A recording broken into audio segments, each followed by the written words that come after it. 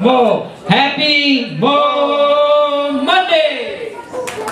All right, welcome. Through that process, I came to realize, and the love, and the showing how to love again from Tina, that this was how I got the stuff off that back burner. I brought it up front, and I dealt with it.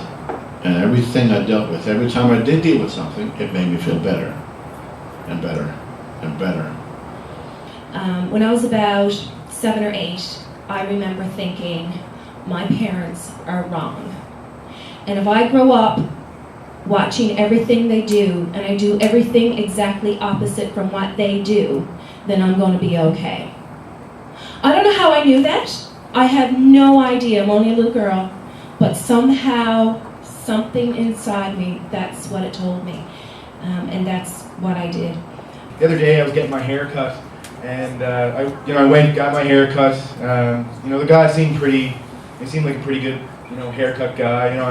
I told him, gave him the normal jargon, the 3 on the side, with a little bit off the top. And so it was really interesting what he did. He actually turned my chair around, and I was I wasn't actually looking at myself in the mirror. And normally when you go to to get your hair cut, they put you right in the mirror so they can see exactly what you're doing. He just turned me completely around, and I completely trusted him.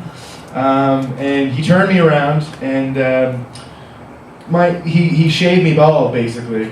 It doesn't matter if you grieve publicly, doesn't matter if you grieve privately, doesn't matter how you choose to grieve. The important thing is that you do, and if you find that you can't, but you know that you're carrying pain inside that you need to release, then go see a counselor. Go to the bookstore and go to the self-help section and stand there and see what book pops out of you. It really brought that to my attention that, I was volunteering, hey, I won the Queen's Jubilee Award twice. I've been, across this province. I presented to the Prince Edward and Sophie. All this while, I was volunteering. However, when I got sick, there was no one there. In a relationship that was not only emotionally abusive, physically abusive. And I got caught in that. And for anyone here who has been in that type of relationship, sometimes it gets to the point, the only way out is just to leave and no one knows about it. That's what I did. There was no way out of it. He went to work that day. I took a backpack and a little handheld carry-on. I got to the airport. When can I get to Gander?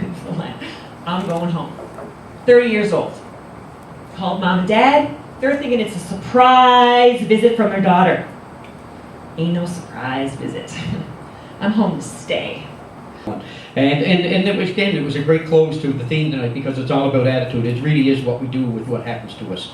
Anyway, one big round of applause for all of our speakers tonight. Yeah.